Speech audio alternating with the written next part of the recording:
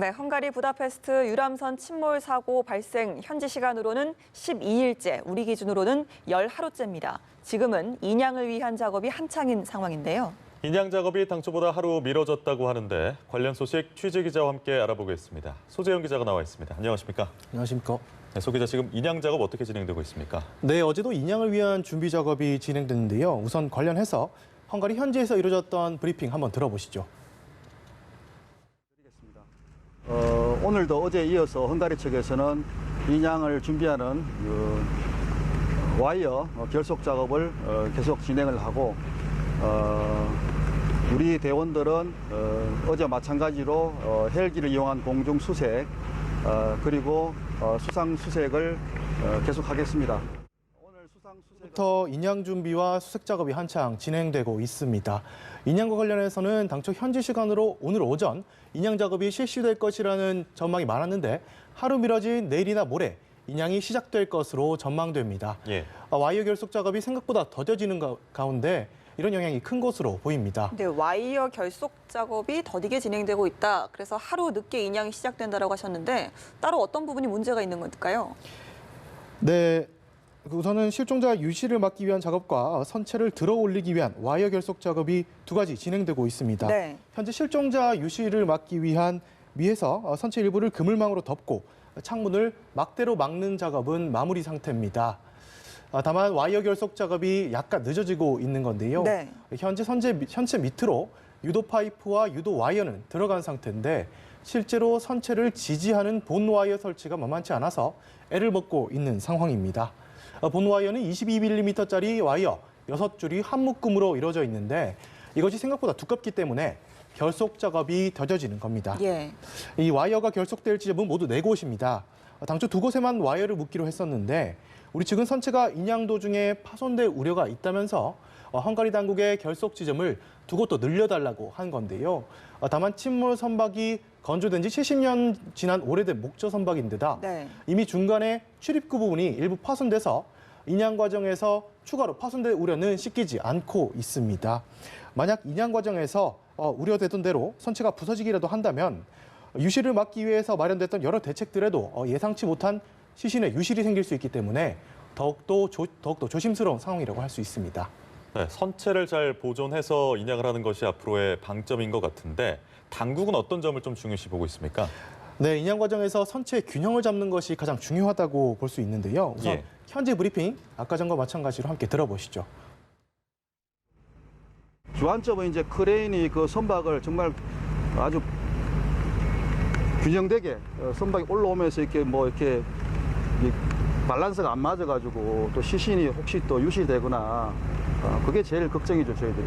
똑바로 올려가지고. 이 선체를 들어 올릴 때 무게를 골고루 분산하기 위한 작업이 중요한데요. 이를 위해서 결속할 지점을 신중하게 살펴보고 있는 점도 인양 작업을 늦추고 있다고 할 수 있습니다. 이렇게 인양 준비 작업이 모두 마무리되면 이르면 내일쯤 인양 작업이 이루어질 전망입니다. 앞서 말씀드렸듯이 본 와이어만 제대로 연결되면 실제로 인양하는 데는 그렇게 많은 시간이 걸릴 것으로 보이지는 않습니다. 예. 4시간이면 선체를 수면 위까지 끌어올릴 수 있을 것으로 예상되는데요. 와이어와 크레인을 연결하는 데 3시간, 크레인이 선체를 끌어올리는데 1시간 정도가 걸릴 것으로 보입니다. 예.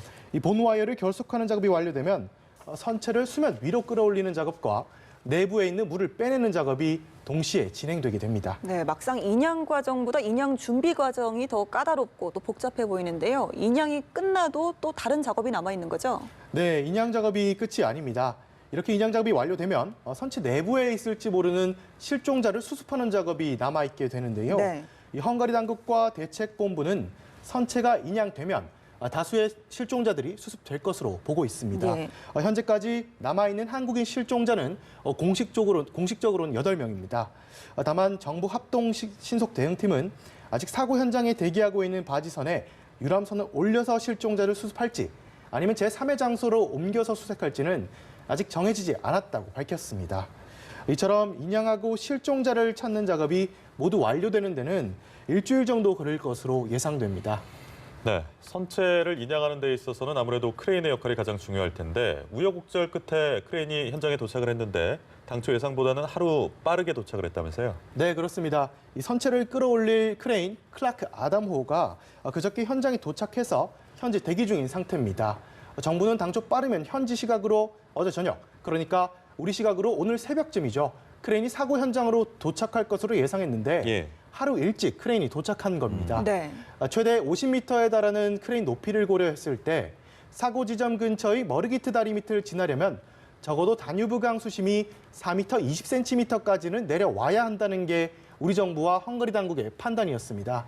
하지만 크레인이 다리 밑을 통과할 당시를 보면 수심이 40cm가량 더 높았지만 성공적으로 다리를 지날 수 있었습니다. 이것이 전부 예인선 덕분인데요. 예. 머르기트 다리는 아치형 모양을 하고 있습니다.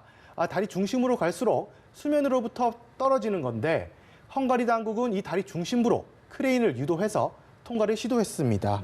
아무래도 세밀한 조정이 필요했겠죠. 그렇겠네요. 그렇기 때문에 크레인 자체는 시동을 끄고 앞에 있던 예인선으로 정밀하게 움직임을 조정해서 사고 지역으로 크레인을 옮기는데 성공했습니다. 네, 인양 작업과 함께도 동시에 수색 작업도 이루어지고 있는데 실종자 한 명이 또 추가로 발견이 됐다고요? 네, 그렇습니다. 현지 시각으로 어제 저녁 6시 30분쯤 사고 현장에서 22km 떨어진 강 하류 지점에서 한국인으로 추정되는 여성 시신 한 구가 추가로 수습됐습니다. 네. 현재는 신원을 확인하고 있는데 한국인일 가능성이 높습니다. 한국인 실종자로 확인되면 사고 선박에 탑승한 한국인 33명 가운데 생존자는 7명, 사망자는 19명, 실종자는 7명이 되는 셈입니다. 이처럼 실종자 수색 작전이 성과를 보이면서 당국은 공중과 수상에서 입체적인 수색 작전을 펼치면서 추가 실종자 찾기에 총력을 기울이고 있습니다. 그제부터 강 하류 80km 지점에서 거슬러 올라오면서 수색 작업을 진행했습니다. 네. 우선 공중에서는 헬기를 통한 수색을 계속하고 있고 강가 등 실종자가 있을 것으로 예상되는 지점에는 드론 등을 통해서 실종자를 찾고 있습니다. 수중 수색 작업은 중단됐지만 수상에서도 수색 작업이 계속 이어지고 있습니다. 헝가리 당국과 독일 민간단체의 도움으로 어제 수색견 7마리도 투입돼서 강 주변을 중심으로 실종자 수색 작업을 진행했습니다. 네, 수색의 성과가 빠르게 좀 나타나기를 바라겠고요. 사망자들의 장례나 운구 일정 그리고 유가족들의 상황도 좀 알아볼까요? 네, 정부는 유가족들이 시신 운구를 바라거나 화장을 희망하는 쪽으로 나뉜다고 설명했는데요. 현재는 유족들이 원하는 방향으로 장례 지원이 이루어지고 있는 상황입니다. 예. 그저께부터 화장을 희망하는 가족을 대상으로 화장 절차를 시작해서 일부 희생자는 이미 화장을 마무리했습니다. 또 화장을 마친 유족이나 시신을 운구하려는 유족은 오늘부터 귀국길에 오를 것으로 보입니다. 사고 이후에 유일하게 입원해 있던 60대 생존자는 어제 퇴원한 것으로 알려졌습니다. 예. 당초 헝가리로 출국한 피해 가족 49명 가운데 2명은 귀국하고 현지에는 47명이 체류 중인 상황입니다. 네, 현지 수습 대응팀도 워낙 좀 진행이 길어지다 보니까 많이 좀 지쳐 있을 텐데요. 현지에서 도움의 손길도 있다고요? 네, 그렇습니다. 이 정부 합동 신속 대응팀에 따르면 한 교민은 그저께 우리 구조대원 28명 전원이 입을 수 있는 작업복, 상하이 등 각종 의료용품을 지원했다고 하는데요. 네. 다른 교민들도 과일과 커피 등 구조대원들을 위한 간식을 가져온 것으로 전해집니다. 무엇보다 교민들은 통역 자원봉사를 통해서 우리 정부와 헝가리 당국 사이에서 원활한 수색 작업이 이뤄질 수 있도록 돕고 있다고 합니다. 예. 현지 선교사, 유학생, 교민 2세 등으로 구성된 통역 자원봉사단이 사고 발생 초반부터 지금까지 수색 헬기에 같이 동승해서 우리 구조대원과 헝가리 구조대원 사이의 의사소통을 원활하게 하고 있습니다. 네, 인양 작업 앞으로 중요한 단계들이 남은 만큼 성공적인 인양이 이루어지길 바라겠습니다. 소재영 기자와 함께 헝가리 유람선 사고에 대해서 짚어봤습니다. 고맙습니다. 감사합니다.